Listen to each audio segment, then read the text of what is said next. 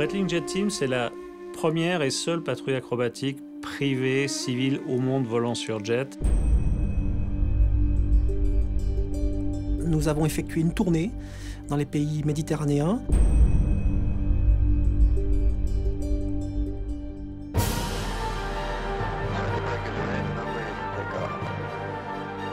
Dijon, Split. Split, Athènes. Athènes, Istanbul. Istanbul, Dalaman. Dalaman, Tel Aviv. Tel Aviv à Larnaca. Chypre, Beyrouth. Beyrouth, Larnaca encore. Larnaca, Amman. De Amman à Dalaman. Dalaman, Athènes. Athènes, Split. Split, Dijon. La boucle était bouclée. C'est un peu une course contre la montre. C'est d'abord un défi humain. 8 pilotes, 8 mécaniciens, C'est une aventure technique. 8 avions. Si on a la moindre panne qui nous coince, ça devient un peu catastrophique. C'était extraordinaire. Ça n'a jamais été fait avant nous. Une aventure aéronautique et humaine extraordinaire. Encore une chose unique.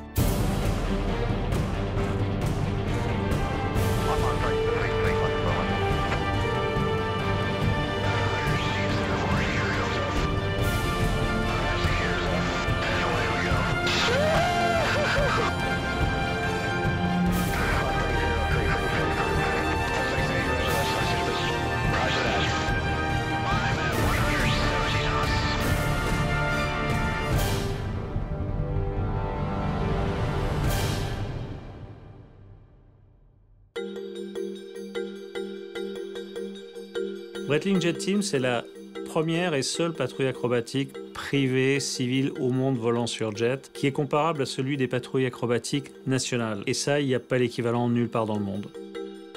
Le but, c'est de donner un spectacle et provoquer des émotions aux spectateurs. Et pour ça, on utilise toutes les ficelles du spectacle aérien. C'est une vraie chorégraphie. On enchaîne des figures en patrouille serrée où les avions sont assez proches les uns des autres. On est quelquefois à 3 mètres. Ça demande extrêmement de préparation, d'entraînement pour donner une illusion de facilité. C'est beaucoup d'émotions, mêlées et alliées à de la précision et évidemment du professionnalisme. Ça reste une activité aéronautique, donc on n'a pas le droit à l'erreur. Et le but, c'est de concilier tout ça et de faire quelque chose qui plaise. En transmettant des images fantastiques, inoubliables, et faire découvrir aux spectateurs des choses qu'ils n'ont jamais vues ailleurs.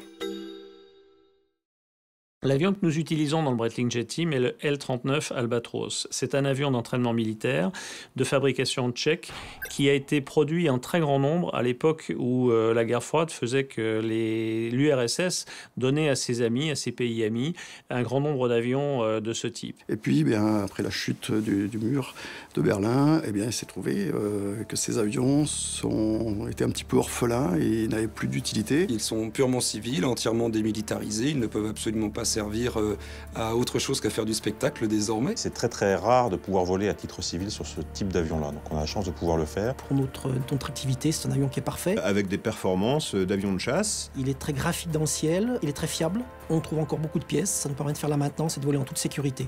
L'avion est biplace, ce qui facilite grandement notre logistique puisque de cette manière nous pouvons nous déplacer avec nos mécaniciens. Je pense qu'il y a une unanimité pour reconnaître au L-39 une harmonie dans ses formes et un côté esthétique. Traditionnellement, l'activité de Breitling Jet Team est en Europe. On vole à peu près tous les ans dans une dizaine de pays. On fait une cinquantaine de démonstrations. Et ça fait plusieurs années que nous sommes appelés à faire des démonstrations également, soit au Moyen-Orient, à Abu Dhabi, soit aux îles du Cap-Vert, dans différents endroits. Nous avons effectué une tournée dans les pays méditerranéens. Et ce, dans une période très très dense de 15 jours, convoyage compris et démonstrations comprises. Nous avons voyagé avec 8 L-39, 7 pour faire des démonstrations, plus un avion qui servait d'avion de réserve. Et puis nous avons également emmené un avion de soutien. C'est la première fois que nous nous déplacions à 9 avions pour une vingtaine de personnes au total. C'est d'abord un défi humain. Avec 8 pilotes, 8 mécaniciens. Notre vie est réglée sur le rythme du groupe, donc c'est le premier challenge. Il y a une dimension diplomatique. Les pays qui entretiennent de très bonnes relations avec la France, il n'y aura pas de difficulté particulière à obtenir les autorisations. Mais pour des pays où éventuellement les relations seraient un petit peu moins faciles avec l'État français, éventuellement on pourrait ne pas être les bienvenus ou avoir besoin d'un petit peu plus d'explications sur la raison exacte de notre déplacement avant d'être accueillis de manière satisfaisante. Ouais. Le L-39 est encore en activité dans certains pays, dans les forces armées. Lorsqu'on apparaît sur un écran radar ou à la vue des contrôleurs ou des militaires avec plusieurs appareils ensemble, ils font tout de suite le rapprochement avec une formation militaire. Ça, c'est indéniable. Ça peut effectivement expliquer la difficulté à obtenir des autorisations de survol dans certains pays. Il faut bien démontrer aux autorités que ces avions sont devenus civils, sont exploités par une société civile et ne représentent absolument aucun danger. Leur silhouette est effectivement la silhouette d'un avion de chasse, mais les peintures montrent bien qu'ils sont entièrement pacifiques. C'est une aventure technique. Voyager sur un long courrier, il est taillé pour faire de la route, il est taillé pour aller loin et pour voler une dizaine d'heures de vol. Le L-39, il est complètement différent. C'est un avion qui a été conçu pour l'entraînement des pilotes, c'est-à-dire pour décoller, voler 45 minutes aux alentours d'un aérodrome et se reposer. Il n'est pas fait pour faire de la navigation au long cours. Nous sommes obligés tout de même de faire des petites étapes, de faire step by step. Il y a un rendez-vous qui est donné aux gens, donc il faut être là à l'heure. Le timing est très serré. C'est un peu une course contre la montre. Et il faut être prêt à tout moment à prendre une décision, à laisser un avion quelque part, à prendre des décisions météo qui peuvent être difficiles à prendre, d'annulation. Si on a la moindre panne qui nous coince, ça devient un peu catastrophique. C'est un gros travail, on part pas au coup de sifflet, bref, c'est impossible. Quand on part pour un raid comme ça, on arrive toujours tôt, au lever du jour, il y a plein de choses à préparer. C'est un peu comme le cinéma, c'est hurry up and wait. Tout le monde se retrouve à Dijon, toute la caravane s'ébroue et se met en route. Tout le monde est excité, d'autant plus que ça représentait beaucoup de travail, tout le monde a à cœur que ça marche, que tout fonctionne bien. Et en même temps, la petite anxiété, est-ce qu'on n'a pas raté quelque chose à la préparation? Est-ce qu'il va faire beau? Est-ce qu'on n'a rien oublié? Est-ce que tout a été bien préparé? Est-ce que les avions vont bien marcher? Est-ce qu'il ne va pas avoir ce petit grain de sable qui va faire que... Pour moi, une responsabilité de partir, mais aussi de revenir avec tous les avions et tout le monde. On est bien tendu jusqu'au décollage. On est assez tendu jusqu'à ce qu'on soit sûr qu'il fasse beau. Et quand il fait beau, on a claqué la porte et on est parti pour un long voyage et on est très content. 36-95, check. Droite, ligne 2, 3, 4, 5, 6, 7, 8. Bienvenue à tous, on ferme. Moteur, top. Dijon Sol, bonjour, Breitling. Dijon Sol, vous pouvez débuter le roulage par le taxi Ouellet.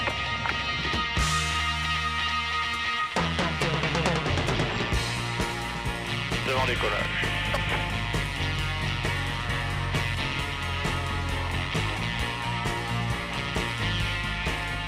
Tout le monde vole à peu près un cap sud-est, direction Split, la Croatie.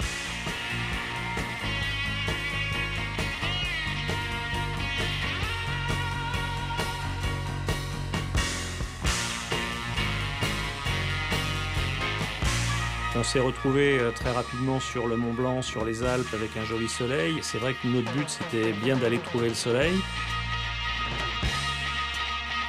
On longe la plaine du Pô, on passe pas très loin de Venise, et ensuite on va descendre toute l'Adriatique en direction de Split.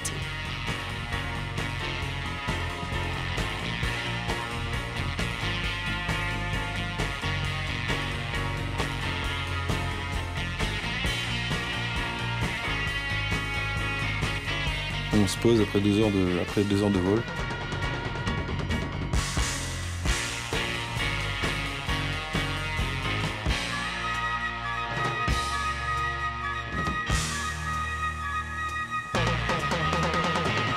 Donc tout est parfait pour l'instant. Aux escales, les pilotes, comme d'habitude, ils vont au bar, draguer les filles, et ce sont les mécaniciens qui s'occupent des avions. Durant le convoyage, le pilote fait son métier de pilote, il tient sa place, il fait sa radio, il suit sa navigation, il fait en sorte que l'avion arrive à bon port en toute sécurité. Lorsque l'avion est posé, le mécanicien lui descend et c'est à son tour de s'occuper de l'avion, de faire son travail, de manière à ce que tout soit fait pour que l'avion redécolle en toute sécurité. Chacun son rôle. Mais en fait, Tout le monde est complémentaire, son équipage. Le but des étapes, c'est toujours de remettre du pétrole dans les avions. Nous mettons environ 2000 litres de kérosène dans chaque avion. Ça nécessite à peu près 2h30 de remise en œuvre.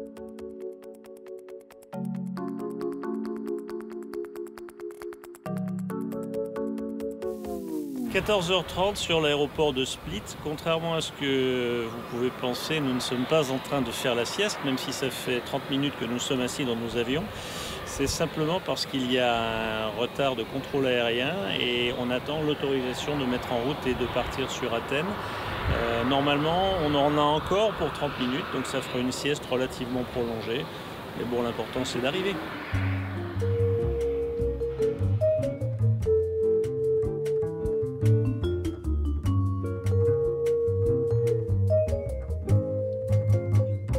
Nous avions déposé un plan de vol accepté, mais il a été délayé. Quand on envoie un plan de vol, que ce soit depuis Dijon ou depuis Split, il est traité à Maastricht. Des délais imposés comme ça en cours de journée peuvent finir effectivement par décaler la totalité des vols et provoquer une arrivée de nuit à la dernière étape, ce qu'on souhaite éviter le plus possible.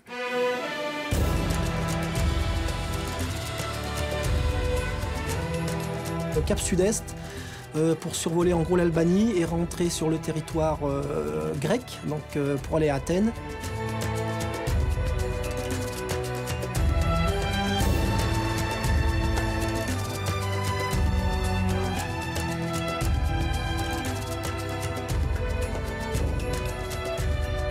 Sur le trajet du côté de l'Albanie, on a rencontré un cumulus monstrueux. Un nuage d'orage, c'est un cumulus qui s'est développé verticalement de manière très importante.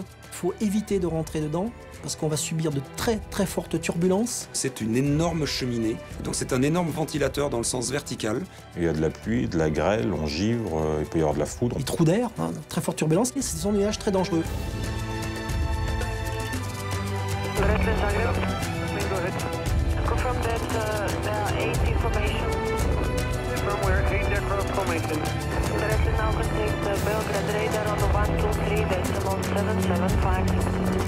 On a survolé toute la région de l'ex-Yougoslavie.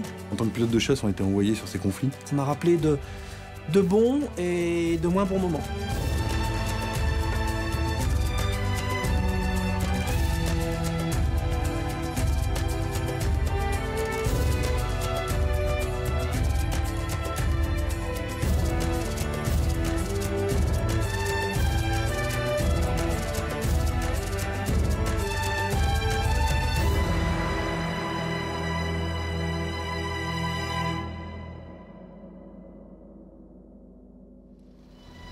Première étape importante, arrivée en Grèce. Première étape de cette tournée, la base aérienne de LF6, base aérienne de l'armée de l'air grecque, où il y a plein d'avions de transport, plein de choses.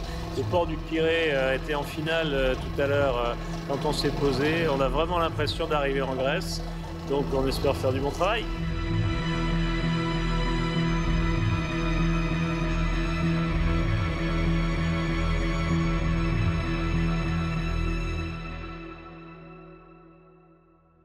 Eh ben, notre métier nous donne la chance de faire des vols spéciaux. On a réussi de voler en formation serrée à 8 avions au-dessus de l'Acropole. Bon, déjà, normalement, on n'a pas le droit de survoler les villes en basse altitude avec des avions, surtout des jets. Mais là, on nous a demandé de le faire. C'était le 75e anniversaire de l'armée de l'air grecque. 2000 ans avant, il y avait Zeus qui mangeait du raisin couché sur un sofa. Il faut quand même bien être conscient de ça. Et on nous paye pour survoler la chambre de Zeus. C'est quand même fantastique, quoi. Des milliers de pilotes dans le monde doivent nous envier. C'est un réel privilège. Pour une patrouille civile, aller survoler un centre-ville comme ça, ça n'arrive jamais.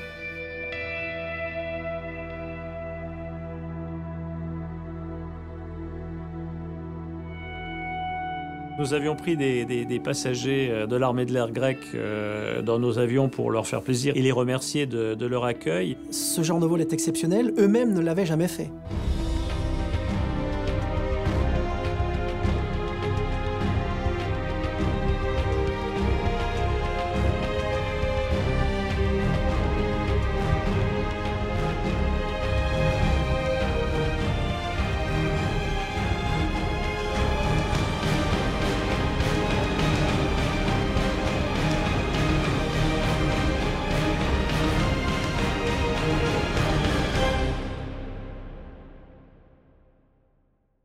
Le lendemain, jour de démonstration à Athènes.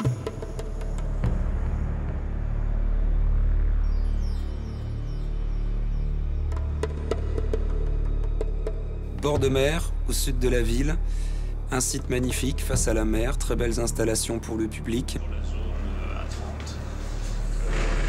A30, survolée un peu, enfin, on va s'ébrouiller. On est en Avenger, on a les sécurités fumées, on a les phares, on passe grande flèche. On y va. Manque de chance, dans ces pays où tout le monde part en vacances pour trouver le soleil, on est tombé sur un jour où c'était un peu mitigé. Un petit peu de vent, plafond bas. Plus on attendait et plus le temps se dégradait, avec l'impossibilité éventuelle de faire le spectacle. Quand la patrouille arrive sur zone, ils n'ont pas le plafond pour effectuer la démonstration complète. Et donc la première démonstration de la tournée, c'est la démonstration intermédiaire, le rolling show, pas de plan vertical pur.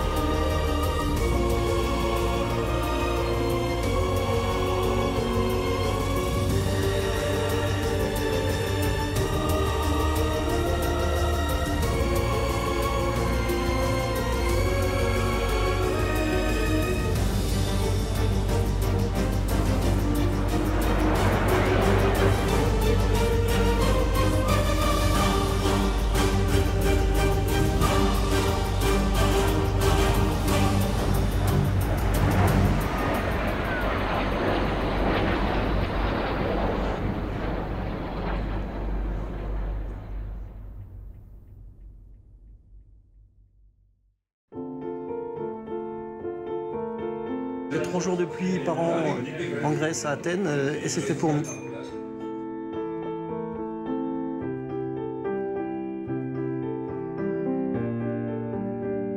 Tu penses à tout le travail qui a été fait pour organiser cette démo en Grèce. C'est vrai, c'est décevant. La ruche se remet en branle, donc tout le monde travaille à préparer le vol suivant.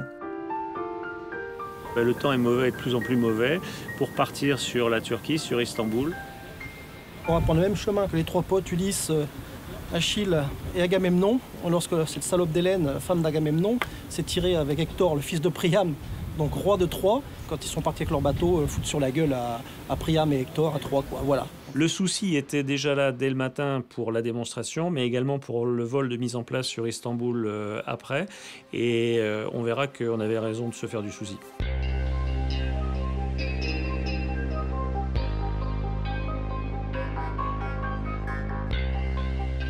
Le système de contrôle aérien à Athènes avait sauté. Ils étaient incapables de traiter nos plans de vol, donc on a décidé de partir à Istanbul à vue. On quitte la Grèce, on traverse la mer Égée. Très vite, quand on a passé la frontière turque, eh bien, on a dû monter tous les avions dans les nuages pour pouvoir continuer à progresser.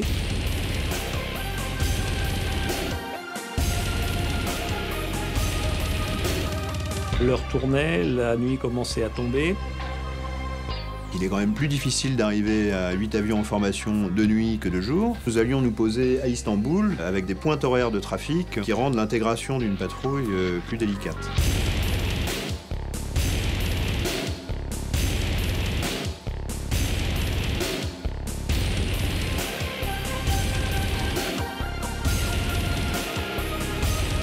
On a réussi au bout d'un moment à contacter le centre de contrôle d'Istanbul. Tous les avions de ligne à la queue leu-leu. On est parti en basse altitude, donc on consommait plus. Et arrivé à Istanbul, ils nous ont fait attendre. On fait comprendre aux contrôleurs aériens que ce serait bien qu'on se pose rapidement, quoi. Ce qu'ils n'ont peut-être pas compris, c'est qu'on était 8 avions et qu'on ne pose pas 8 avions en même temps sur une piste.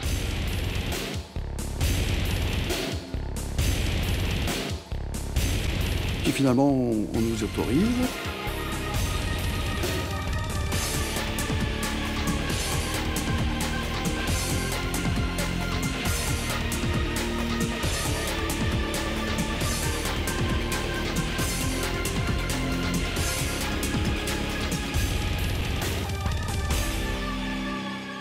En fait, ils nous ont laissé nous débrouiller, ce qui est toujours la meilleure solution. On a réussi à poser les avions. Et là, on était content de se dire, bon, on est posé, et arrivera ce qui arrivera, mais au moins on est là, on est posé.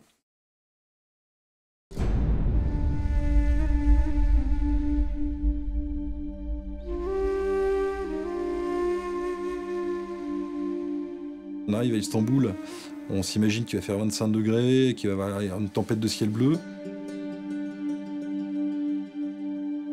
À la vue de la météo, on a déjà une bonne idée de ce qui va se passer. Il y a 1000 pieds de plafond, il y a pas mal de pluie, il y a beaucoup de vent, donc qui dit beaucoup de vent dit beaucoup de turbulences. Cela dit, on n'est jamais à l'abri d'un bon coup et on peut très bien avoir une éclaircie qui intervient à la dernière minute. Il faut prévoir tous les scénarios, c'est-à-dire aussi bien le meilleur que le pire. Le scénario le plus probable, quand on voyait le temps qu'il faisait dehors, c'était effectivement de faire un programme minimum.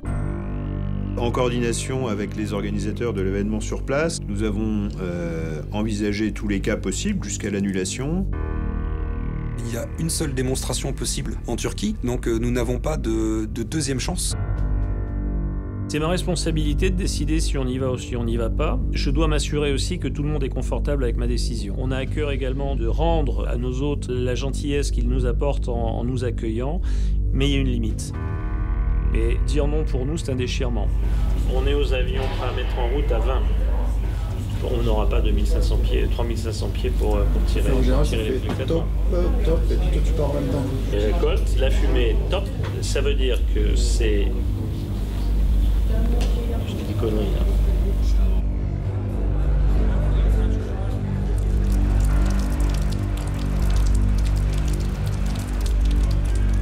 Donc au moment, le leader d'école en disant bien tant pis, on va faire un show à plat, le flat show, et on ne pourra pas donner mieux, mais il faut absolument donner quelque chose à ce public qui attend, qui est venu là pour voir le Breitling Jet Team.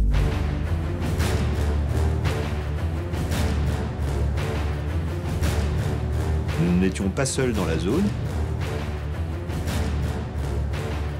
C'est très difficile de tenir en place, il y a beaucoup de turbulences. Au lieu d'être à 2,50 m, on va se mettre à 3 m, 3,50 m.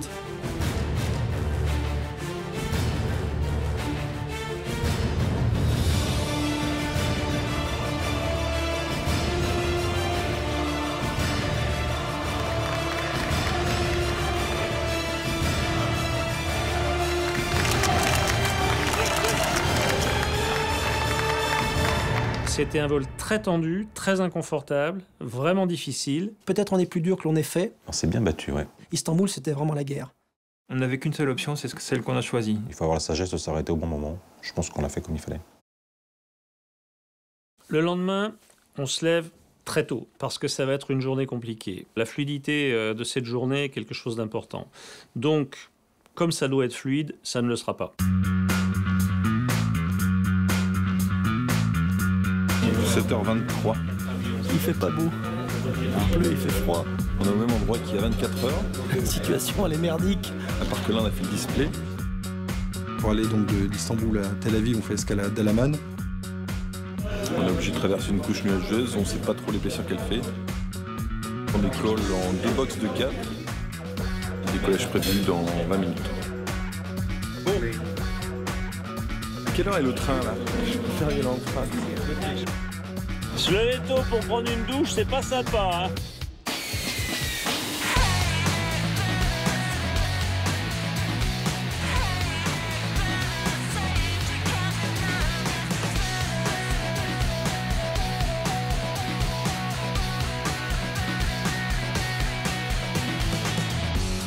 Mais là, surprise, l'avion a une fuite de carburant sous un réservoir largable.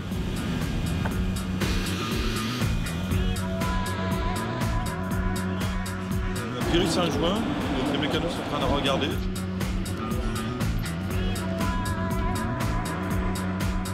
Le déroulement chronologique de la journée tel qu'il était prévu est déjà ruiné.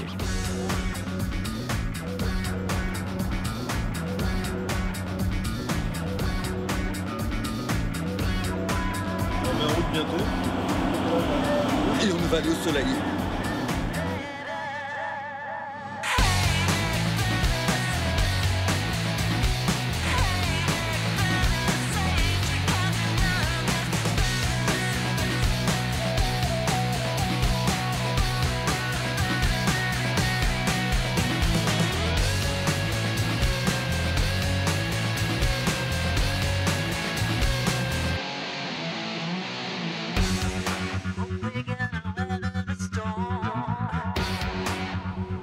Là, on commence à tout recalculer.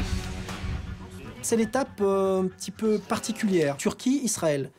Pour entrer sur le territoire israélien, on doit d'abord les contacter au téléphone avant de décoller, leur reconfirmer notre nom. My name is Jacques Bottelin. Le code afférent à notre nom. Echo Sierra Yankee Lima Sierra. Et répondre à une question particulière où la réponse était préparée et la réponse connue de leur service. Gaston. Ça rajoute un petit peu de tension dans la mesure où si les procédures d'authentification sont mal exécutées, eh bien l'entrée dans l'espace aérien sera refusée. On a prévu de partir à 8 de Dalaman pour faire le vol à 8 vers Tel Aviv.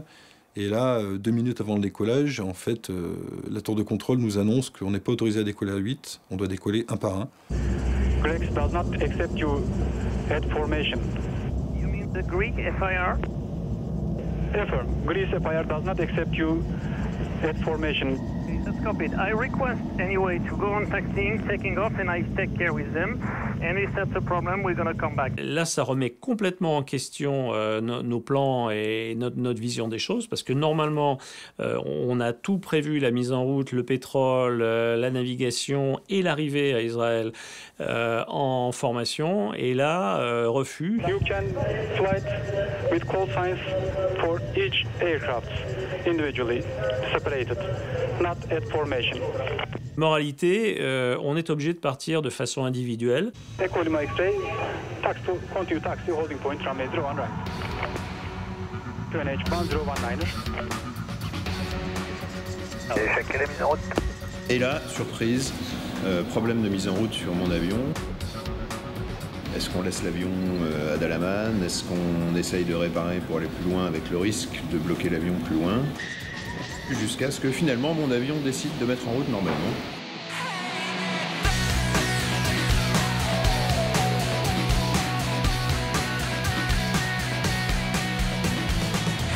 Tel Aviv ID, Breitling 7, good afternoon. Daman 7, Tel Aviv ID, report entry code.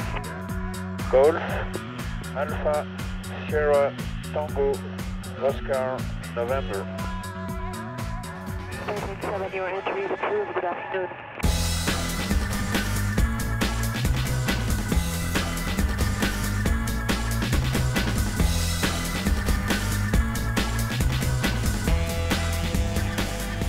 Pompon, il a fait quoi, Pompon? Il a décollé derrière moi. Il a décollé? Écoute, je pense qu'il avait sa cliente.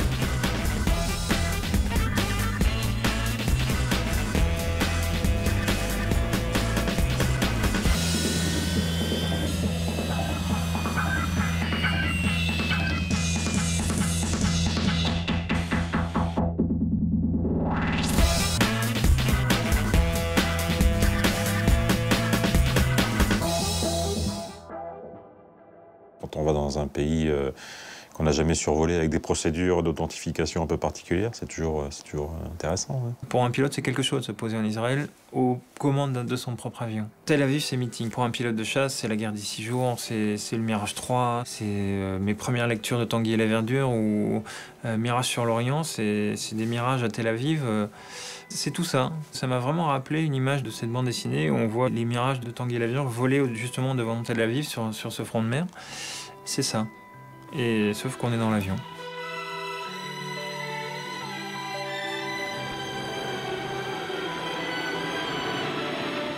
C'était la première fois qu'il y avait une démonstration sur la plage de Tel Aviv. C'est la 3e de ce périple et c'est seulement la première démonstration que je qualifierais de normale. L'aéroport international de Tel Aviv fermé, puisque le lieu de la démonstration, c'est le bord de plage, dans l'axe des pistes de l'aérodrome international de Ben Gurion. Putain, je suis là, je fais ça me semble incroyable. Les chiens sont lâchés, la météo est splendide, les fumées claquent dans le ciel bleu, c'est magnifique. Et c'est parti.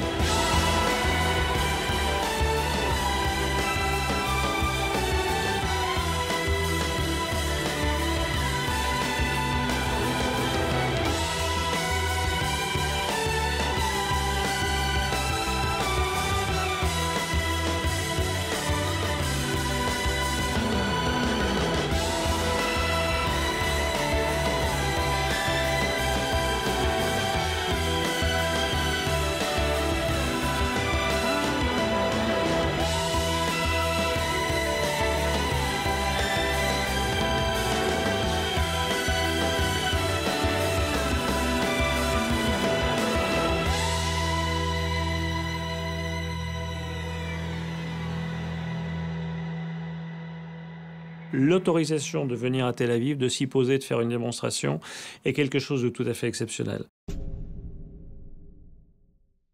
De Tel Aviv, nous partons à Luxembourg. Luxembourg, c'est le nom de code de Beyrouth, parce qu'on ne peut pas dire à Tel Aviv qu'on part à Beyrouth, et quand on est à Beyrouth, on ne peut pas dire qu'on vient de Tel Aviv, donc on vient de Luxembourg. Les relations entre Israël et le Liban sont telles que les vols directs d'Israël vers le Liban sont interdits. On doit passer par Chypre avec un atterrissage à Larnaca pour faire une escale, sauver les apparences et ne pas être supposé venir de Tel Aviv. C'est une grande hypocrisie parce qu'en fait, tout le monde sait très bien d'où on vient et on repartira, mais il ne faut pas le dire. Ça nous rallonge un petit peu, on fait un bon crochet de 2 heures supplémentaires.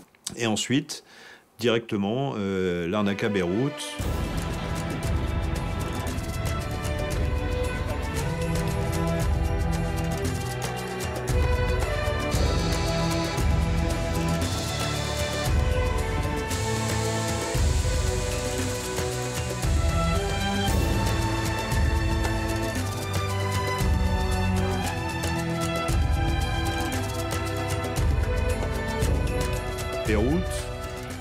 Beyrouth, dans les images d'Épinal, c'est la guerre du Liban, c'est un endroit très compliqué. Pour nous, c'était une première.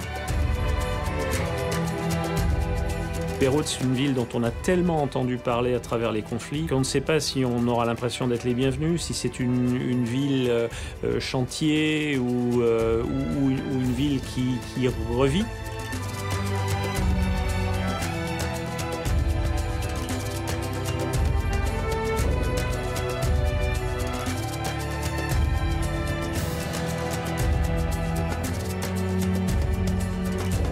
L'arrivée sur Beyrouth et le break sur l'aéroport est quelque chose d'étonnant.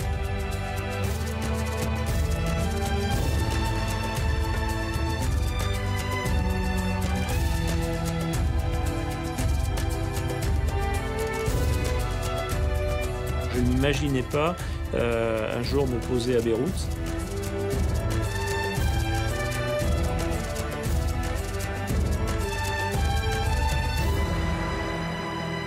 Et en fait, eh bien, on a un superbe accueil, comme partout. À chaque étape, on va faire un vol pour emmener les médias sur des sites exceptionnels. Et là, on a survolé le Nord-Liban, on a été vers la plaine de la Bekaa. Pour ensuite aller réaliser quelques figures au-dessus de la forêt de cèdre, symbole du Liban.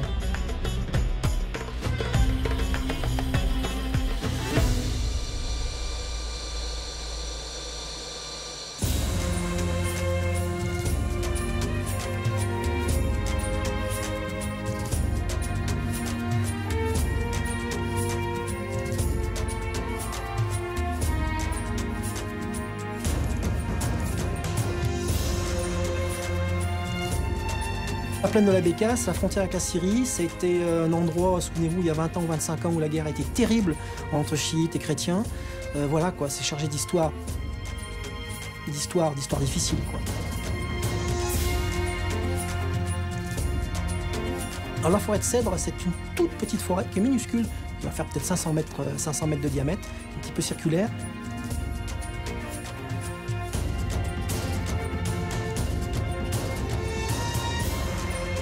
De voir au loin la Syrie, de voir au nord la Turquie, de deviner Israël au sud.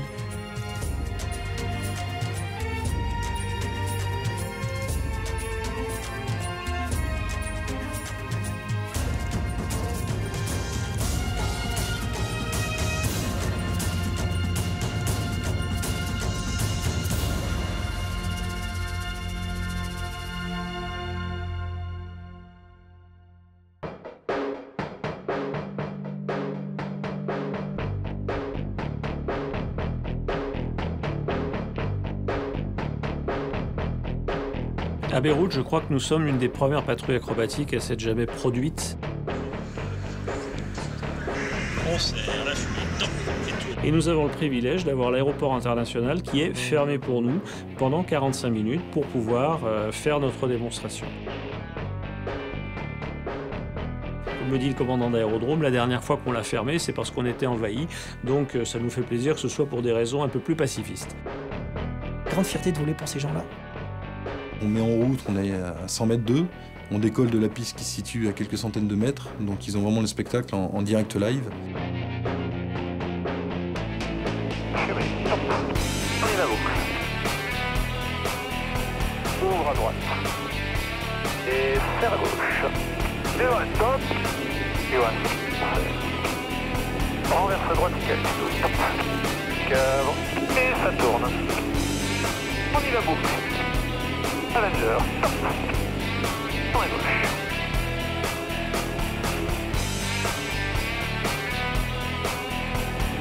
Blackbird, stop.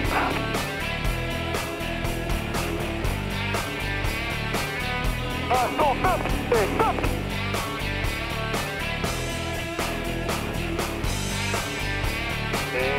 Éclatement, stop, stop, stop.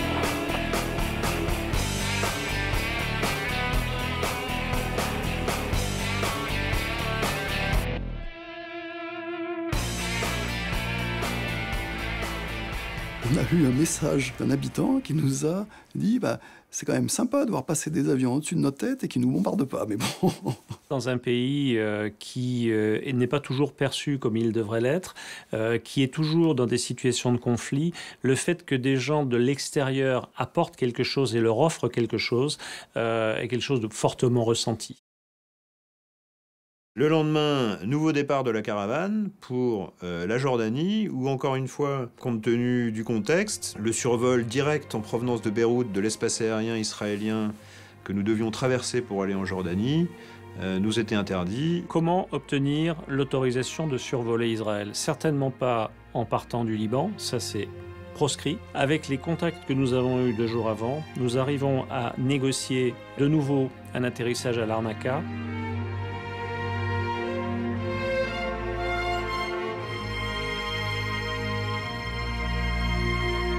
Et puis ensuite, direction la Jordanie, on survole Israël. Ce qui est exceptionnel parce que normalement, on ne survole pas Israël. On se pose en Israël, mais on n'a pas le droit. Et c'est simplement parce que nous sommes donc connus par notre passage 2 jours avant que nous obtenons cette autorisation. Et le contrôle aérien commençait à être habitué à nous voir traverser la zone de droite et de gauche, donc ça s'est passé d'une manière très fluide. On passe au-dessus de Jérusalem, au-dessus de la mer Morte, et on arrive ensuite de l'autre côté sur Amman. En plein cœur de la Jordanie, c'est vraiment désertique, et on voit apparaître Amman, donc une ville comme on peut s'imaginer, assez grande, en plein milieu du désert, un petit peu de tempête de sable, pas une énorme visie. La ville a la couleur du désert, on n'arrive pas bien à distinguer les contours de la ville. L'arrivée à Amman est quelque chose effectivement d'assez impressionnant parce que la piste est perdue en plein milieu de la ville.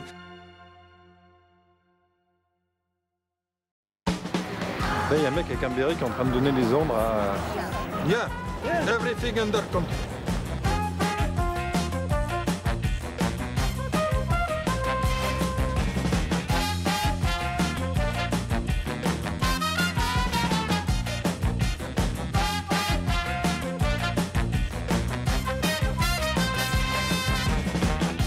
c'est qui a touché mon pneu? Qui c'est qui a touché mon pneu là? Putain Yannick. Ça va Douki, c'est pas trop dur là? Écoute, ça fait 4 avions qu'on pousse là. Tu sais quoi? Que je pousse. Personne n'a rien vu.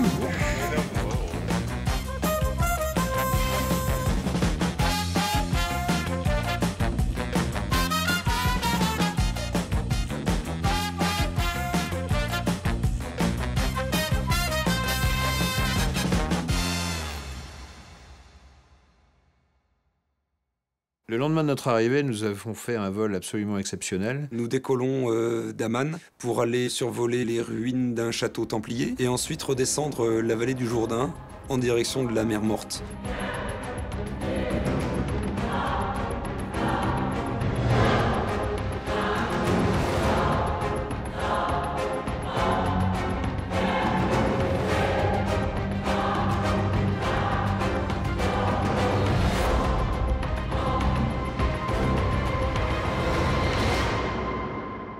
Au bout de la vallée du Jourdain, à la mer Morte.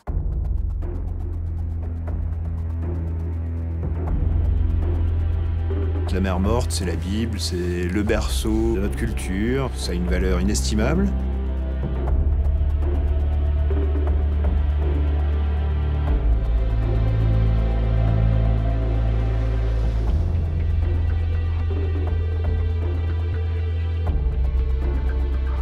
Et puis, en bas de boucle, on est sous le niveau de la mer, donc on est sous terre. Notre altimètre, nous, est calé sur le zéro moyen de la mer. Et là, en fait, on arrive à voler avec un altimètre qui est en dessous de zéro.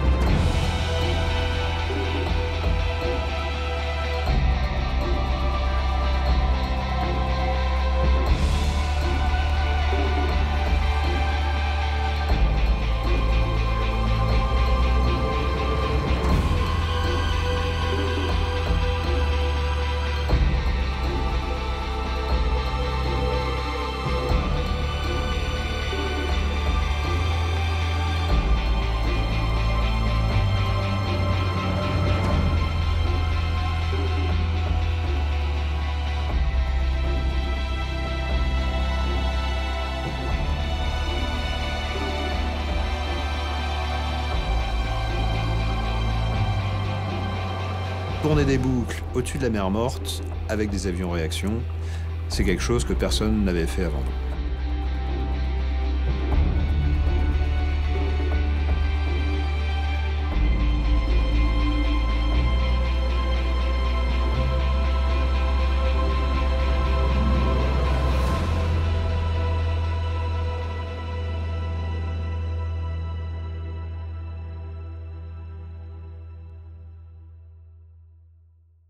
Dernière démo, un peu plus de stress.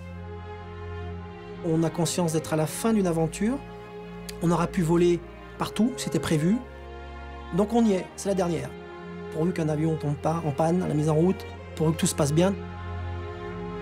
C'est la dernière, il faut que ça marche, il faut qu'on la fasse, il faut qu'elle soit belle.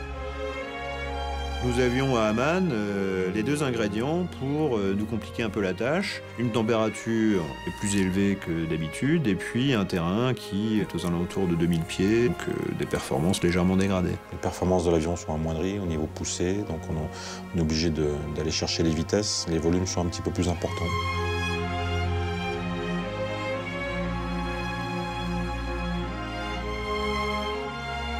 Il y avait des personnes de la famille royale qui étaient présentes. Un très bon accueil de la part de l'armée de l'air jordanienne, comme on pouvait l'imaginer.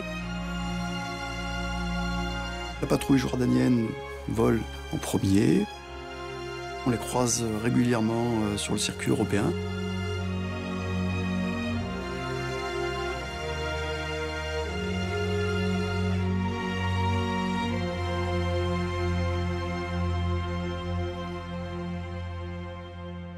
À notre tour de nous élancer dans le ciel de Amman.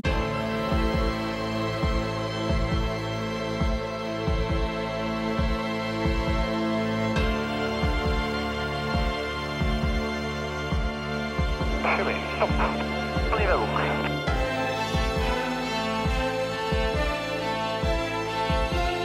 Et serre à gauche. Renverse à droite, calme. Stop. Et ça tourne. Son chronomètre, c'est là. Stop. Fumée, stop. On y va boucle.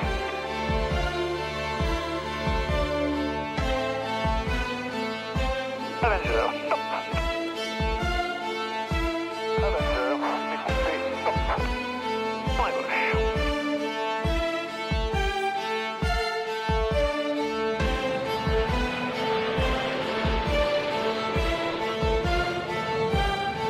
On y va boucle. Stop, stop. Et stop. Et ça tourne.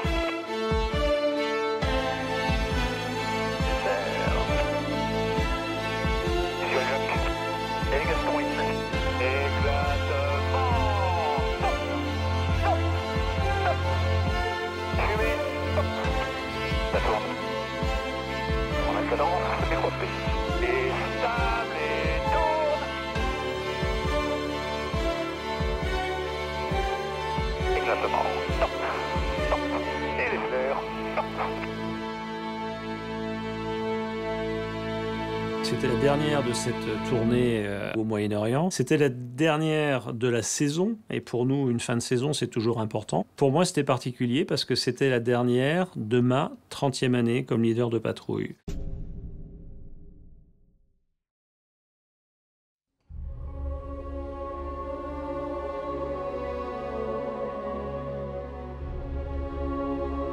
La démonstration est terminée, on plie les décors et on repart. Le lendemain, on se lève tôt pour reprendre le cap au nord-nord-ouest. Dijon, c'est loin. C'est dans 2 jours. La ruche s'ébroue à nouveau pour le départ et le retour vers Dijon en plusieurs étapes.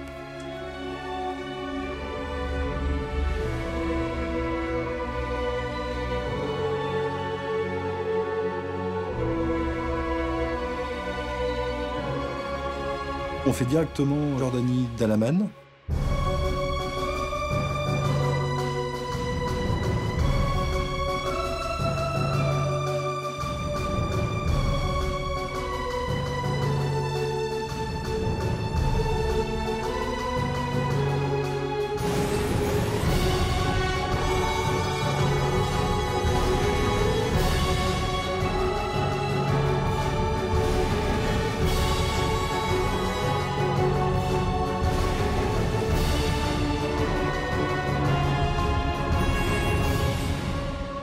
La pression ne se relâche pas pendant le convoyage retour parce que les problématiques techniques et aéronautiques restent présentes. Je n'en veux pour preuve que l'arrivée à Dalaman, où le contrôleur a fait une erreur, s'est trompé d'interprétation de notre plot radar, nous a donné un cap, et heureusement qu'il faisait beau parce que sinon il nous mettait dans la montagne.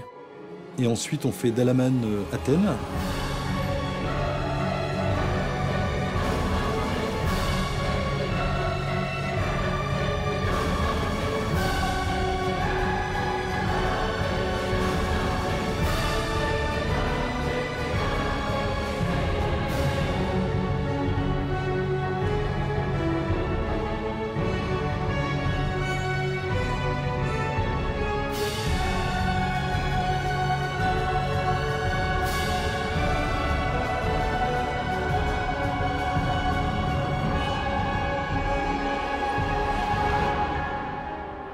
Le lendemain, ça va être la destination finale.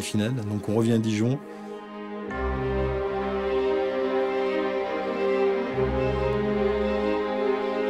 On refait les mêmes étapes, on se pose à Split pour refueler un petit peu. Et puis de Split, on redécolle et direction Dijon.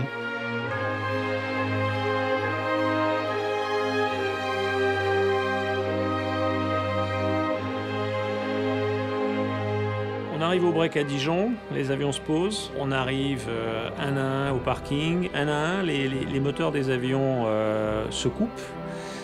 Et quand le dernier moteur s'arrête, il y a une espèce de sensation de vide, de fin de quelque chose qui est à la fois le plaisir d'être arrivé, d'être rentré, d'avoir ramené tous les hommes et tous les avions à bon port, et puis déjà une nostalgie, se dire demain on ne volera pas.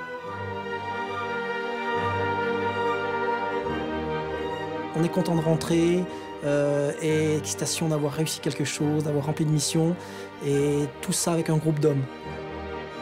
On a quand même vécu quelque chose d'extraordinaire. Je veux dire, on a survolé des territoires qu'on n'avait jamais survolés avant. On a fait des choses que très peu de gens au monde auront l'opportunité et la chance de faire. Donc on est à la fois triste que ça se termine et puis super content d'avoir fait ce qu'on a fait. On a rencontré des gens de culture, de religion, d'origine complètement différentes, et on a cette constance dans la gentillesse, dans l'amitié et dans la qualité de l'échange. On a côtoyé des gens très différents, des gens que malheureusement la politique oppose, et qui en fait sont tous des gens extraordinaires. Je leur fais demain. Et la première question qu'on se pose, c'est bon, quand est-ce qu'on repart ? On demande qu'à recommencer.